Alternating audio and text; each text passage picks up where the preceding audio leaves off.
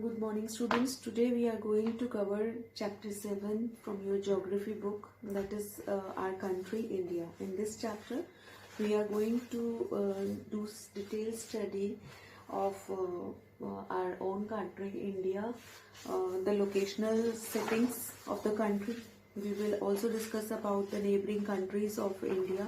Then we will come upon political and administrative divisions, and after that we will be discussing in detail about the physical divisions we are having in our country and the location and everything related to that. So let's begin with the chapter.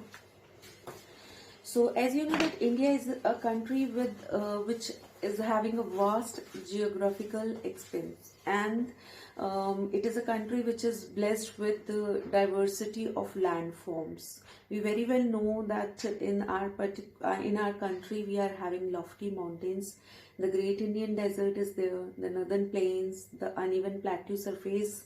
We are having coastal areas and islands too. So we are along with the diversity in the landform, we are also having great variety of climate, because of which we are having different variety of vegetation, wildlife as well. We have diversity in culture and languages also. So it's a country with vivid diversities in each and every sphere of life. But we find unity that is reflected in the traditions that bind us as one nation. So India is a country, and moreover India, apart from the diversity and all, India is also a country which is having a huge population. According to the census of 2011, we have population more than 120 crores, and that makes us the second most populous country in the world after China. So when we talk about India, first of all, we need to understand that India is a peninsula. What is a peninsula? Peninsula is a piece of land that is surrounded by water on three sides. एक ऐसी जगह जो कि पानी से घिरी हुई है तीन तरफ से. If you recall, if you can just see, we are like having the Arabian Sea in the west, the Bay of Bengal in east, and the Indian Ocean in the south. तो तीन side water bodies हो गई, तो obviously we are a peninsula. And in the north, if we see at north, we are having Himalayas. So if next coming to the extent, area wise the extent, if we see from north to south extent, that is from Kashmir to Kanyakumari, the distance is 3,200 kilometer. And when we talk about east to west extent, that is from Arunachal Pradesh to Kutch, that is in Gujarat, that is about 2,900 kilometers. Okay, so this is the extent, this is the distance, and the area in total which India has, that is 3.28 million square kilometer. Please underline all these facts, these are very important. Let's come to the locational setting about our country. As you know that for our convenience, we normally divide the globes into like northern hemisphere, southern hemisphere, and eastern and western hemisphere. So if we try to understand the location of India, then India is located in the northern hemisphere. The Tropic of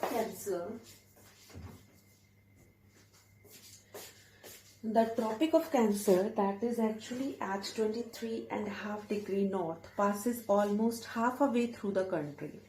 From north to from south to north, mainland of India extends between 8 degree and 4 north to 37 degrees 6 north latitudes. From west to east, India extends between 68 degrees 7 east and 97 degree 25 east longitudes. तो आपको latitude longitudes की value दे दिया, आपको बता दिया कि northern hemisphere में है, और ट्रॉपिक ऑफ कैंसर जो है हाफ अवे पूरी कंट्री से जो है वो क्रॉस करके जाता है.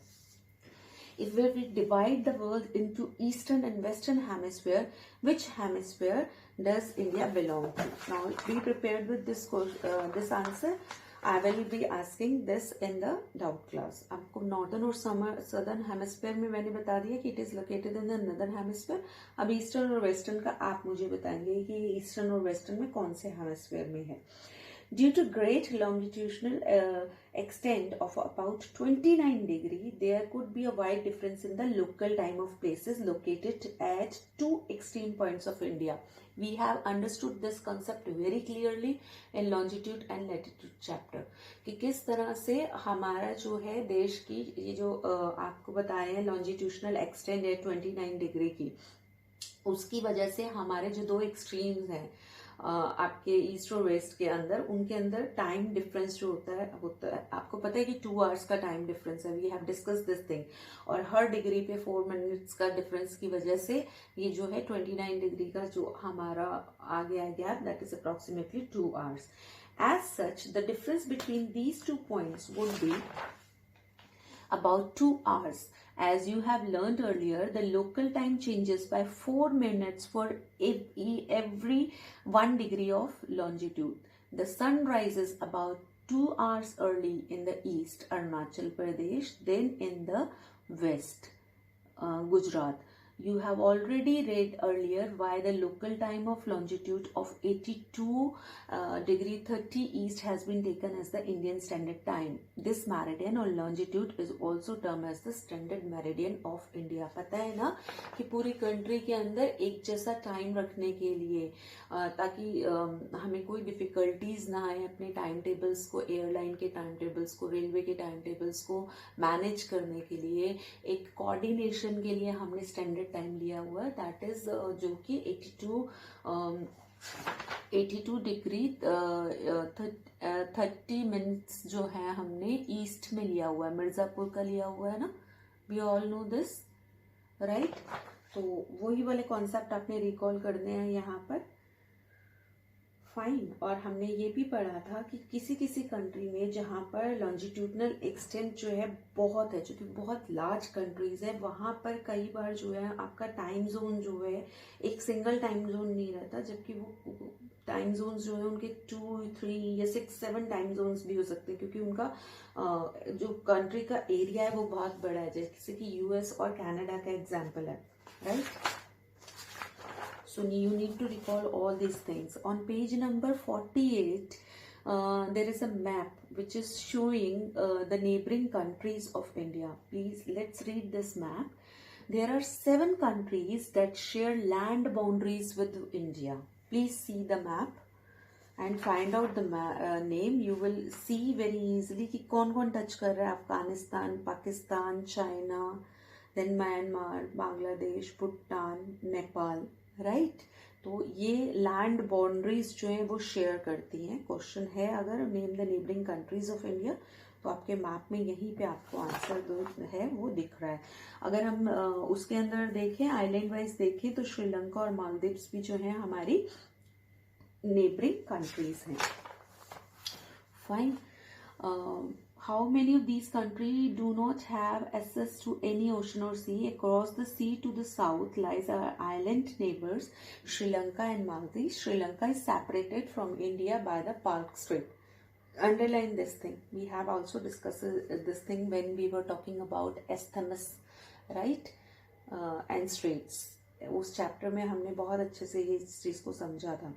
Now let's come on the political and administrative differences. India is a vast country और एडमिनिस्ट्रेटिव पर्पसेस से इंडिया को डिवाइड कर दिया गया है. कितनी स्टेट्स और कितनी यूनियन टेरिटरीज हैं अपडेट करके, ये we will be discussing this thing in the class. I will be asking you this thing in the live session because we have discuss this thing in detail. किस किस तरह से कौन सा recent state जो है वो यूनियन टेरिटरी में डिवाइड हुआ है, जिसकी वजह से यूनियन टेरिटरीज का काउंट बढ़ा था, और कौन सी 2 यूनियन टेरिटरीज अर्लियर जो थी वो मर्ज हो गई हैं एक यूनियन टेरिटरीज में. क्या रिसेंट काउंट है, I will be asking this thing. Though we have discuss this thing in detail कि कितनी स्टेट्स हैं और कितनी हैं, but what I want you to answer me, be prepared with that कि कौन सी स्टेट की डिवीजन हुई 2 यूनियन टेरिटरीज में, और कौन सी रिसेंट 2 यूनियन टेरिटरीज थी जिनको मर्ज करके एक सिंगल कर दिया गया. तो exactly I want you to come up with the exact number of states and union territories we are having presently in India. Okay. There is a fact given in here that Telangana becomes 29th state of India on 2nd June 2014. But after when again it come to the 28 states, वो आप मुझे बताएंगे. It was previously a part of Andhra Pradesh. Delhi is the national capital. The states having been formed mainly on the basis of language. Rajasthan is the largest state. Goa is the smallest state. In term of area, ये तो area के wise हो गया. आप मुझे बताएंगे कि which is the largest state according to the population and which is the smallest state according to the population. This, be prepared with this question. We will be taking up this question again in the live class. Find out the answer. The largest and smallest states in India according to the population. Area wise आपको दिया है. क्यों question put up कर रही हूँ? ताकि आपको पता लगे एरिया वाइज और पॉपुलेशन वाइज भी एक सैग्रीगेशन है. तो एरिया वाइज अगर हम बात करते हैं, लार्जेस्ट स्टेट है आपकी राजस्थान और स्मॉलेस्ट है गोवा. अब आप मुझे पॉपुलेशन वाइज बताएंगे which is the largest state which is having most population और किसके अंदर सबसे कम population. Okay, then in the dialogue box there are two definition, alluvial deposits and tributary. We have discussed tributary again. Tributary अभी हमने पढ़ा था, क्या पढ़ा था tributary के बारे में? हमने पढ़ा था कि a river or stream which contributes its water to the main river by discharging it into main river from either side. That is a tributary, जो अपने पानी को मिला देती है, मेन नदी के पानी को बढ़ा देती है, उसको भेंट कर देती है अपना पानी, तो उसको ट्रिब्यूटरी बोलते हैं. और जो मेन रिवर से उसके पानी को लेके कोई नई नदी बन जाती है, छोटी नदी बन जाती है, उसके पानी को डाइवर्ट करती है, that is distributary. We have discuss this thing in history chapter. Then the second thing over here is alluvial deposit. What is alluvial deposit? These are very fine soils brought by rivers and deposited in the river basins. और इन्हीं की वजह से river basins बहुत fertile बन जाते हैं. Do you know the Ganga and the Brahmaputra form the world's largest delta, the Sundarban Delta. The delta is triangular in shape. It is an area of land formed at the mouth of the river. Mouth of the river, जहाँ समुद्र में गिरती है ना नदी, उसको mouth of the river कहते हैं, उसके ओरिजिन को बोलते हैं. The point is called mouth of the river. जहाँ पे वो एक वाटर बॉडी से दूसरी वाटर बॉडी में मिल जाती है, उसको हम उसका माउथ ऑफ द रिवर कहते हैं. देन लेट्स डू में there is a thing, many girls are named after rivers like Yamuna, Mandakini, Kaveri. Do you know anyone in your locality who is named after a river? Okay, this you can ask from your parents also and make a list of such names जो कि water bodies को depict करते हैं. It's a small activity you can do with your parents. It's a fun activity. Okay, so now let's talk about the physical division of our country, which is very very important. Lot many 1 mark questions can come from this thing. Let's take up some few questions which we have covered as for now. India has an area of about dash. India has an area of about 3.28 million square kilometer. Okay, तो इस तरह से जो I was just having a view of the back exercise, तो उसमें से ये questions मैं pick कर रही हूँ. The Palk Strait lies between the countries. Options हैं Sri Lanka and Maldives, India and Sri Lanka, India and Maldives. So the right answer is India and Sri Lanka. Right? The Indian islands in the Arabian Sea are known as Andaman and Nicobar Island, Lakshadweep Island, Maldives Islands. तो आपको बताना है कि हमारे कौन से islands हैं इसके. अरेबियन सी के अंदर कौन सा आइलैंड है बेटा? आइलैंड का भी हमने फिजिकल डिवीजन पढ़ा नहीं है. Let's just study this and then we will come back on these questions. We will be discussing these questions also. So before we start with the physical division, kindly be on page number 50, which shows a map with the Indian physical divisions. On page number 50, please let's read the map. Let's read the map, and you will see that in this map, see the index. We are going to read about the mountain and hill region, mountain regions, plateau regions and plain regions which we are having in India. Okay, तो देखिए great Himalayas, इस पूरा ये Himalayan reason जो है, जो division है, इसके अंदर भी हिमालयस भी डिवाइडेड है इनटू ग्रेट हिमालयस, देन आपका उसके अंदर मिडल हिमालयाज या जिनको हिमाचल बोलते हैं, देन आपकी शिवालिक रेंज जो है उनके बारे में हम डिटेल में पढ़ेंगे। माउंटेनियस एरिया के बाद आपका नदर्न प्लेन स्टार्ट होता है, उसमें कितना एरिया है। देन जो जो आपका ग्रेट इंडियन डेजर्ट है जहाँ पर अरावली रेंज है, उनके बारे में भी हम समझेंगे। We will talk about the plateaus, किस तरह से प्लेट्यूज की डिवीजन है, कोस्टल एरियाज, दीज आर, आप देख सकते हैं मैप के अंदर। Just reading of map is very very important to understand the locations and the placement of various areas, right. So आपको पूरा इसके अंदर इंडिया का फिजिकल डिवीजन दिख रहा है, आपको हिमालयन रेंज कहाँ से कहाँ तक है। Even this map is telling about the reverse also, which reverse आपको इजीली समझ आ सकती है। गोदावरी, नर्मदा, तापी कहाँ है, और ranges mountain, various mountain range, Aravalli range दिख रही है मुझे इसमें, विंध्या रेंज है। देन वेस्टर्न ईस्टर्न घाट्स दिखा रखे हैं आपको, राइट। तो इन सब के बारे में हमने पढ़ना है। तो let's start with the physical division of India which is very very important. Please try to understand this thing along with the map. जितना आप मैप को देख के इसको समझेंगे आपको क्लियर होगा। India is marked by a diversity of physical features, we all know that. Mountains भी हैं, प्लेट्यूज भी हैं हमारी कंट्री में, प्लेन्स, कोस्टल एरिया और आइलैंड्स भी हैं, राइट। अगर हम नदर्न से स्टार्ट करते हैं तो सबसे ऊपर लॉफ्टी स्नो कैप हिमालयाज है। हिमालयाज, हिम जमा आल्या, ठीक है, संधि करते हैं ना आप लोग संस्कृत में। हिम मतलब बर्फ, आल्या मतलब अबॉर्ड, घर। तो वो जगह जहाँ स्नो का, दिस इज अबॉर्ड ऑफ स्नो, उसको हम हिमालय कहते हैं। आप डिवीजन समझते हैं जो कि बहुत इंपॉर्टेंट है। The Himalayan mountains are divided into 3 main parallel range. हम 3 पैरेलल रेंज में हमने हिमालयस को डिवाइड किया हुआ है। द नॉर्दर्न मोस्ट, जो सबसे ऊपर वाली रेंज है जहाँ पर बहुत हाइट है, एक्सट्रीम क्लाइमेट है, जो ओरिजिन है बहुत सारी रिवर्स का, क्योंकि ग्लेशियर्स हैं और ग्लेशियर्स से ही रिवर्स जो है ओरिजिनेट होती हैं, पेरिनियल रिवर्स जो पूरा साल चलती हैं। तो वो हमारी ग्रेट हिमालयास, या जिसको दूसरा नाम होता है हिमाद्री, हिम बर्फ से ढकी हुई हिमाद्री या ग्रेट हिमालयास जो हैं वो बोलते हैं। और यही वर्ल्ड की ऐसी रेंज, वर्ल्ड की जितनी भी हाईएस्ट पीक हैं वो इस रेंज में ही लोकेटेड हैं, ओके। उसके बाद जब हम थोड़ा नीचे आते हैं तो हमारा मिडिल हिमालयाज आता है, जिसको हम हिमाचल बोलते हैं। ये हिमाद्री की साउथ में है, ऑब्वियसली जो ऊपर वाली रेंज है उसके साउथ में ही होगा, तो ऊपर वाली रेंज हिमाद्री है। तो मिडिल हिमालयाज जो है वो कहाँ है, हिमाद्री के साउथ में है। और there are many popular hill stations which are situated here. Like कौन कौन से, आपको 5 का नेम बोलने के ढूंढने के लिए बोला है, तो आप ये ढूंढ के रखिएगा जो बच्चे कहे हुए हैं। मनाली, कुल्लू मनाली, शिमला, इस तरह से आपको 5 जो हैं हिल स्टेशंस बताने हैं। We will be discussing, I will be asking the 5 hill station of the Himachal range in India.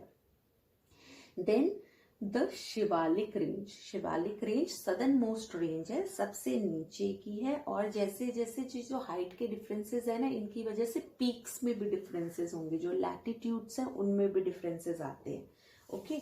हम डिटेल में जो था, आप जब when you will go to the higher classes तो हम इसको और भी डिटेल में पढ़ने वाले हैं कि क्या क्या डिफरेंसेस आते हैं डिफरेंट जो एरियाज है उनकी हाइट की वजह से, क्या उनकी फ्लोरा और फना के अंदर डिवीजन आती है। But in this class just focus about the differences, जो रेंज है उनके नाम आपको पता होने चाहिए। Next, the northern Indian plains which lies from the south of the Himalayas, Himalayas के नीचे हैं।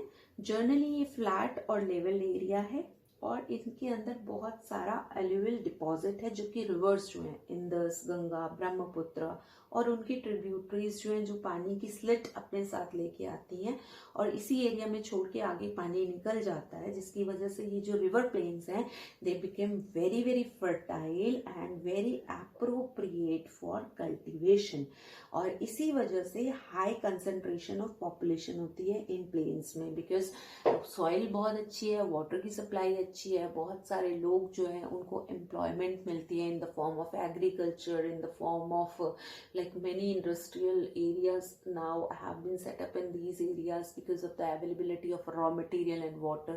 That's why the transportation and the infrastructure has developed very greatly in this area. So the people tend to live in these areas क्योंकि employment अच्छी है, terrain बड़ा comfortable है, climate भी comfortable है. तो हिमालयाज में रहेंगे तो एक्सट्रीम क्लाइमेटिक कंडीशंस जो होती हैं या जो डिफरेंट लैंड फॉर्म्स की डिफिकल्टीज होती है वो प्लेन्स में नहीं होती. तो जो प्लेन्स होते हैं वो हमेशा थिकली पॉपुलेटेड होते हैं because of the facilities and the comfort they provide. Okay, then in the western part of the India lies the Great Indian Desert, जो कि बहुत हॉट है, ड्राई है और सैंडी स्ट्रेच है ये लैंड का. और यहाँ वेजिटेशन डेजर्ट में आपको पता है because of the scarcity of water जो है क्लाइमेटिक कंडीशंस की वजह से बहुत ही स्कैंटी वेजिटेशन होती है और वो भी थॉर्नी टाइप ऑफ वेजिटेशन होती है. Right. Next let's move to the northern plains के साउथ के अंदर आपको लाइज द पेनिनसुला प्लेट्यू. देखिए आपको प्लेट्यू एरिया जो है मैप के अंदर येलोइश कलर में दिखाया गया है. If you just read the map you will understand that it is triangular in shape. The relief is highly uneven है. कहीं पर तो न्यूमरस हिल रेंज है, वैलीज हैं, अरावली हिल है जो कि ओल्डेस्ट रेंज है पूरे वर्ल्ड में, वो बॉर्डर करती है इसको नॉर्थ वेस्ट साइड से. अरावली रेंज देखिए येलो एरिया दिख रहा होगा अरावली रेंज तक. ठीक है. तो one of the oldest range of the world भी आ सकता है, that is Aravalli range. Okay. Then the Vindhyas and the Satpuras are the important range. देखिए विंध्यास और सतपुरास कहाँ पे है? सेंट्रल इंडिया के अंदर पड़ रहा है आपको. The river Narmada and Tapi flow through these range. तो आपसे पूछा जा सकता है name the two reverse which flow through Vindhya and Satpura range. That is Narmada and Tapi. देखिए रिवर दिख रही है मैप में आपको. These are west flowing rains that drain into Arabian Sea. West flowing ये हैं, वेस्ट की तरफ चलती हैं ये नदियां और अरेबियन सी में जाके मिल जाती है. जबकि ज्यादातर जो रिवर है वो बे ऑफ बंगाल में गिरती हैं, बे ऑफ बंगाल में जाके मर्ज होती हैं. बट ये दो जो है मेन आप देखिए ये कहाँ जाके गिर रही हैं? वेस्ट आपके अरेबियन सी के अंदर जाके गिर रही है. इसलिए इनको अंडरलाइन कर लीजिएगा कि क्वेश्चन आ जाता है name two west flowing rivers that drain into the Arabian sea. Next is the western ghats. Western ghats को आप सहाद्रीज भी बोलते हैं. द वेस्टर्न घाट्स और Sahyadri border the plateau in the west. West side से बॉर्डर को प्लेट्यू कर रहा है, ये प्लेट्यू को बॉर्डर कर रहा है वेस्ट साइड से. द वेस्टर्न घाट्स और Sahyadri borders the plateau in the west और ईस्टर्न घाट उसको ईस्टर्न बाउंड्री दे रहा है. While the western Ghats are almost continuous, eastern Ghats जो है वो ब्रोकन है, अनइवन है. ठीक है. This plateau area is rich in minerals like coal and iron ores.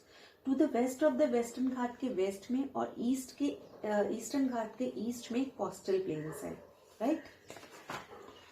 The coastal plains बहुत नैरो है. The eastern coastal plains are much broader as comparative to the western coastal plain. There are number of east flowing rivers. बहुत सारे east की तरफ जाने वाली reverse हैं जिसमें महानदी, गोदावरी, कृष्णा, कावेरी है जो कि बे ऑफ बंगाल में ड्रेन होती हैं. और जब ये ड्रेन होती हैं तो ये बहुत ही फर्टाइल डेल्टाज इनके माउथ पे बनाती हैं. इसी तरह से जो सुंदरबन है, गंगा और ब्रह्मपुत्र जब बे ऑफ बंगाल में गिरती है तो वहां जो डेल्टा बनता है दैट इज सुंदरबन डेल्टा जो कि बहुत फेमस है. वर्ल्ड फेमस आपका सुंदरबन पे डेल्टाज होते हैं. राइट.